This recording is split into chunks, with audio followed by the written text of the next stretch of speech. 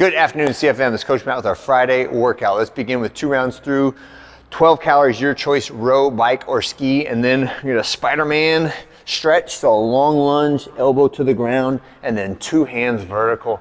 And try to look up when you do that, get a really good stretch in that hip flexor, as well as warming up the shoulders on it.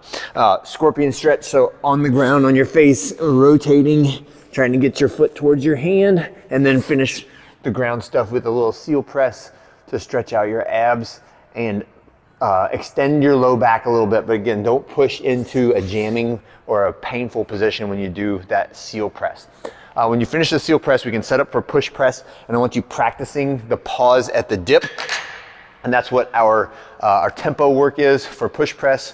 So in the periodicity of strength training, we are at the beginning phase of the 6-week cycle, and so we're doing our volume and tempo work for push press, which just means for today it's going to be a little bit more time under tension and a little bit more practice and posture work on the pause of the dip. Okay, so I've got the bar at my shoulders, I take my step back, and I'm just going to stand here so you can see me better.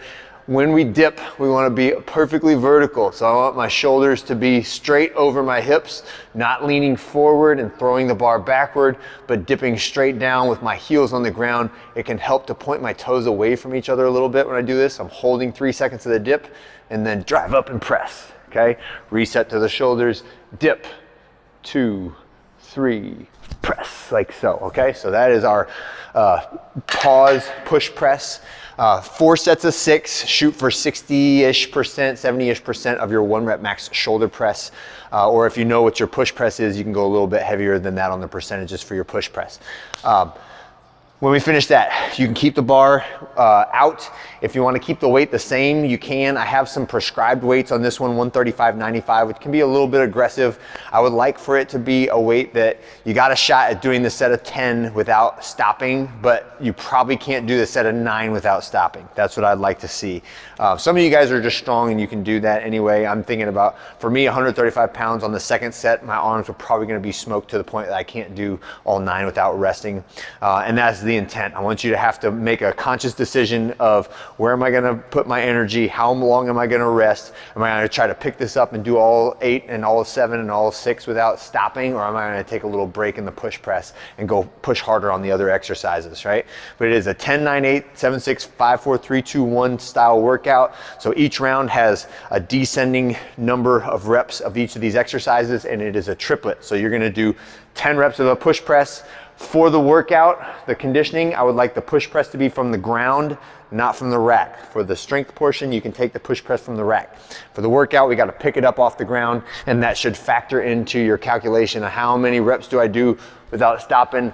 No pausing on this one. I'm going for speed. Dip, drive, press, lock out that bar in the overhead position.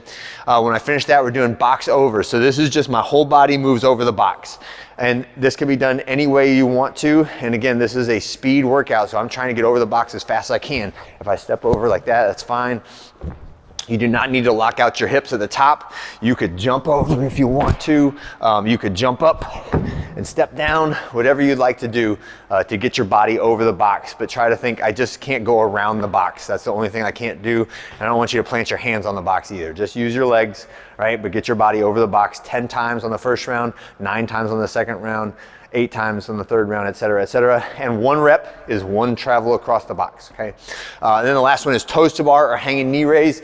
And again, on this one, for speed and for conditioning, we're going for the rhythm. So don't do these strict, and try to maintain the kipping rhythm when you do it.